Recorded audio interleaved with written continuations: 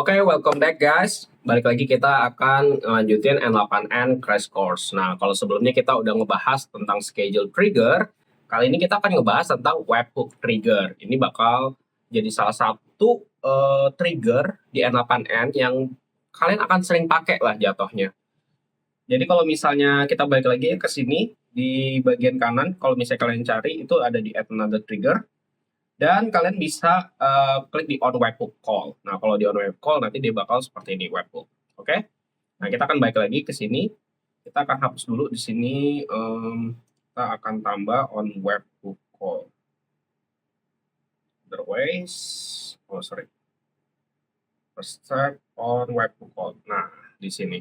Nah, untuk webhook call di sini kalian bisa HTTP metodenya ada banyak ya. Ada delete, get, add, patch, post, put. Bisa bermacam-macam. Kalau misalnya kalian mau dapetin webhooknya dari software lain, aplikasi lain, kalian bisa cari tuh. Mereka harusnya get atau post. Kalau gua gampangnya ya, gue selalu pasang multiple HTTP method saja biar gampang. Dan di sini kita bisa dapat get dan post. Nah, untuk path-nya ini adalah arah mau kemana webhooknya ini. Jadi kalau misalnya kita nanti diminta masukin webhook linknya, nah itu ini ada path-nya, ini sama ya sama yang di atas, terus juga ada test URL dan production URL. Kalau misalnya, ini juga bisa diganti path-nya, misalnya di sini tes N8N tutorial. Nah, ini akan berubah jadi https n8n.official.agency/webhook/test/n8n-tutorial. Oke? Untuk authentication-nya ini tergantung ya, misalnya dibutuhkan apa enggak. Ada yang butuh authorization, ada yang enggak. Ini ada yang basic, ada yang header, ada yang enggak butuh non, atau ada yang JWT juga. Gua agak sulit ngejelasin authorization. Basically, authorization ini biasanya ada di bagian header. Jadi kalau misalnya buat kalian yang beginner, kita tuh JSON tuh ada berbagai macam part. Ada yang namanya header, ada yang namanya body. Nah, authorization ini biasanya ada di bagian header. Nah, header ini dia biasanya mintanya apakah API key, apakah token, dan berbagai macam hal lainnya. Nah, jadi kalian harus cek lagi ke documentation. Contohnya, kalau misalnya gue buka ya di call API documentation. Ini juga berguna kalau misalnya kalian ngebangun webhook ya, ngebangun HTTP post. Contohnya di sini ada API feature reference. Terus, di sini nggak ada ya, coba call API, call.com, terus call.com docs, support, MCP, booking, calendar. Oh ini di sini. Misalnya kita mau create booking lah jatuhnya kayak gitu ya. Contohnya aja nih ya guys, biar kalian agak kebayang lah. Mungkin kalau gue yang ngejelasin kurang ngerti gitu. Misalnya di sini ada create a booking nih. Di sini ada tulisannya post. Di sini ada tulisannya header. Header ini dia authorization-nya butuh kok application JSON. Mungkin di bawahnya sini ada tulisannya. Nah, ada authorization. Dia butuh authorization. Dia bearer spasi token. Misalnya kayak gitu ya guys. Nah, jadi header ini punya berbagai macam authorization, ada basic authorization, ada header authorization, ada JWT authorization. Ini biar kalian kebayang aja, kita nggak akan ngebikin authentication, jadi kita akan set ini sebagai known. Nah, di production URL di sini ada tutorial nih. Oke, kita akan copy aja nih, dan kita akan aktifin, save. Oke, sampai sini kalian udah bisa ngikutin guys. Setelah kalian copy tadi ya, dan kita udah di publish, misalnya gue publish version 1, publish.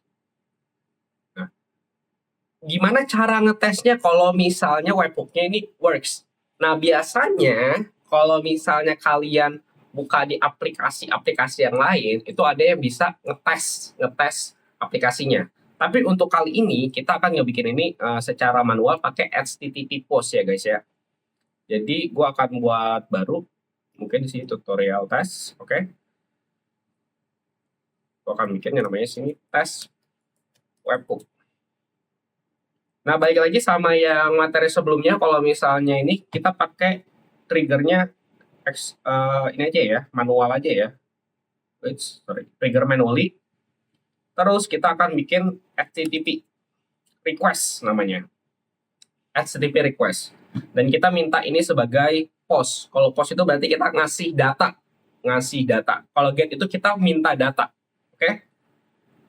Ada yang lain kalau misalnya put itu kayak update data. Oke? Sekarang URL-nya. Nah, URL-nya kita copy dari yang tadi di sini nih. Di production URL-nya ya, guys. Kita tesnya pakai production URL, jadi bukan test URL. Kalau misalnya kalian masukin test URL, kalian bisa listen for test event. Nah, dia akan minta pakai ini. Kita coba deh dua-duanya ya. Kita masukin dulu URL-nya di sini. Authentication none. Kita tinggal execute step. Oke. Nah, dia akan dapat nih post branch. Kita dapat nih headers-nya dari N8N of Agency. Ini udah berhasil ya, guys. Ini kalau misalnya pakai test ya, pakai test. Nah, cuman biasa untuk production kita pakai production URL. Di sini kita ganti nih dari webhook test-nya ke production URL-nya. Ternyata bedanya tadi di sini ada webhook test, kalau yang setelahnya itu nggak ada. Webhook doang. Nah, yang kali ini kita akan sedikit berbeda nih. Kita akan kirim body, send body. Nah, send body seperti yang gue bilang ya, N8N ini adalah bisa dibilang low code JSON lah. Ya, low code lah. Berarti kalian agak perlu ngerti dikit masalah bikin coding. Di sini kita akan kirim JSON body content. Kita akan pakai field below.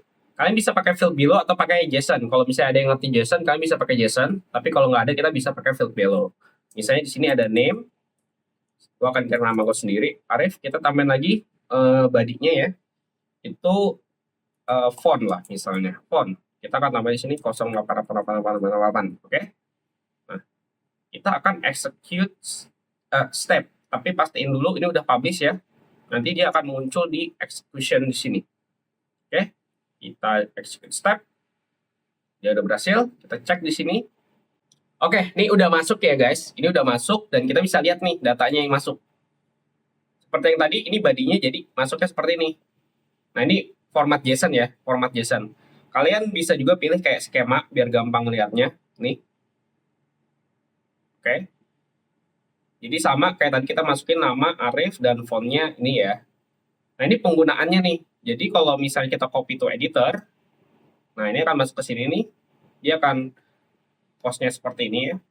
Nah, di sini nanti kita bisa build lah. Misalnya masukin ke Google Sheets, bisa ke workflow yang lain. Tapi pada dasarnya webhook penggunanya buat saling berkomunikasi antar aplikasi ya, antar aplikasi. Ini akan sangat guna. Mungkin gue akan kasih satu contoh lagi ya, kalau misalnya kita gunain pakai aplikasi dengan webhook. Gue akan buka call.com gue. Oke, kita akan go to app. Gue akan schedule test nih, di sini ada schedule test. Dan gue akan masukin ke webhook di sini. Gue akan buat new webhook. Sama kayak tadi, kita akan copy production URL-nya ke sini. Nah, ini akan enable webhook, secret. Dan kita bisa, di sini kalau nggak salah ada ping test. Nah, ini ping test ya guys ya. Jadi kalau misalnya di aplikasi yang lain, ini gue gunain call.com. Call.com ini adalah aplikasi untuk booking. Biasanya gue sangat gunain ini untuk meeting dengan klien. Jadi kalau misalnya calon klien mau meeting sama gue akan kasih ini kalender gue, free gue, dari bisa dilihat langsung jamnya yang gue free. Jadi sangat mudah sekali dan gue bisa setup untuk kayak misalnya jam kerja gue di sini. Gue akan ping test dulu sekali. Nah, ini ping test. Kita akan balik lagi ke execution. Oke. Nah, ini masuk attendee, name, time zone, language, organizer, dan yang lainnya lah ya. Jadi kalau misalnya kita copy to editor, unpin. Nah, ini bisa nih. Kita buat connect-connectin lagi nanti, drag and drop, misalnya ke Google Sheets, atau misalnya ke email, kirim email. Nah, itu sangat guna lah, sangat guna banget. Oke guys, di sini udah gua sampein untuk webhook, materinya udah lumayan jelas ya. Semoga kalian bisa nangkep untuk webhook. Kita akan lanjut lagi untuk pengenalan modul selanjutnya. Itu adalah on form submission. Nah, on form submission ini juga lumayan menarik untuk kita kulik lah jatuhnya, web trigger yang satu ini. Nah, buat teman-teman yang ingin dapat digital produknya secara lengkap atau materi ini secara lengkap, kalian bisa klik link di bawah, ada buat digital produknya, itu ada materi dari awal sampai akhir, itu sangat lengkap sekali, sangat komprehensif. Tapi buat teman-teman yang mungkin cuma pengen nonton dan pengen belajar dan tidak punya budget untuk ngikutin digital produknya, gue tetap akan rilis beberapa materi-materi utama yang penting secara gratis. Jadi kalian tetap bisa belajar ya, untuk belajar R8N. Dan buat teman-teman yang ingin ikut komunitas, kalian bisa klik link juga di bawah di descriptions. Di situ gue ada taruh the link untuk ke WhatsApp group. Nah, di situ kita ngebahas berbagai macam hal ya. Jadi nggak cuma N8N, kita bahas Make.com, kita bahas AI agent, kita bahas tentang AI content generation.